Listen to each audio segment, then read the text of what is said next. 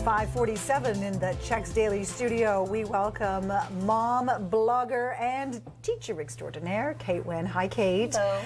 Well, it's time for it, teacher. It is time for the teachers to be doing progress reports. Do you have a lot that you have to write? So I have 20 kids in my class, so I'm doing them for all of them, yeah. How many of them do you think have a pit in their stomach? Maybe a couple? Oh, none of them. None of them should at all. Maybe they're watching. Maybe. What exactly is a progress report? Because I notice we're not saying report card. Yeah, exactly. So just to give it some context, back until about 2010, the school year for elementary students was broken into about 3 roughly equal terms, and there was a full report card at the end of each term. But then a few years ago, the Ministry of Education changed that. And so now the elementary year is broken into 2 terms of about 5 months each. So there's a full report card at the end of each, so around the beginning of February and around the end of June. But the ministry also knew that that was a long time to wait until the beginning of February for parents to get any sort of report on how their kids are doing. Right. So they also implemented a progress report, and so local boards send that home around the middle of November. Okay, so when you're looking at the difference between a report card and a progress report, what are they? What are those subtle differences? So it's pretty different. So the progress report is a 2-pager, and on the front for the Catholic boards it starts with how the children are progressing in religion. But then after that, the page 1 is all about the learning skills. And so that part is similar to what you'll see on the other report cards. There are the 6 learning skills like responsibility, organization, those things. Okay. And there are letters given, E for excellent, G for good, S for satisfactory, N for needs improvement. And then there are comments towards those, and that's very important. The learning skills really set the tone for how the kids are doing in all the subject areas.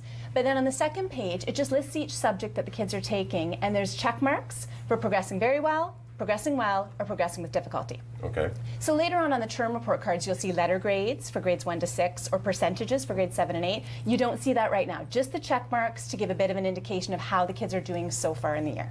Okay, but eventually there are going to be percentages, because I remember when I was a kid, it was all the lettering. It was good, very good, satisfactory, and needs improvement. So now there are percentages in the report cards, but just not right now. Exactly. Okay. And it's really important to know, too, I talked to a few teachers preparing for this segment, and a lot of them want to make sure parents realize that the check marks are not associated with grades. Okay. So progressing very well doesn't mean they're at an A, and progressing with difficulty, they're not failing necessarily. It's just sort of a qualitative assessment of where the kids are right now.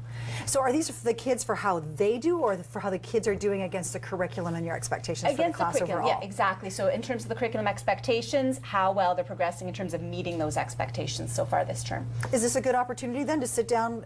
Do we sit down with the teachers first on this, or do we sit down with our children first on this progress report? I'd say it kind of goes back and forth. You start with your children and talk about what you see on the report card, because then, and I think the next time I'm back, we'll talk interviews, and so then you will be talking to the teachers about where kids can improve, especially for that progressing with difficulty. You want to know how they can work their way up. I wouldn't sweat the difference between progressing very well and progressing well. Either way, they're doing okay, but progressing with difficulty, you really want to look into how they can improve for the rest of the term. So how does a parent go about following it up with their teacher?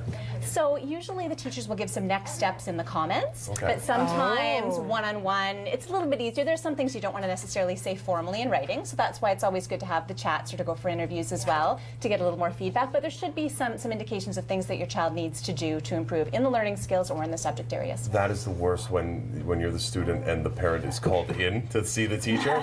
It's like, well, we've got your report card and it looks like we have to pay a visit. And it was like pit of my stomach, like hide in a closet all night. Anyways. Just be positive too. Not always negative. Oh, don't worry, I had a different experience. I smell a new binder and I start to cringe when I think of school, but that's just me. Yeah.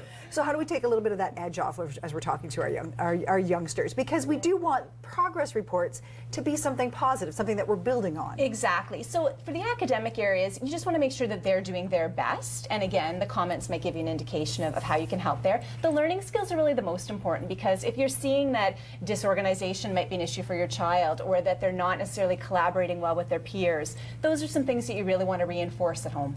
All right, great tips from Kate Winn tonight on Teacher. Thanks very much, Kate. Thanks for having me. Thank you so much, Kaylee Bedore. Let's go back.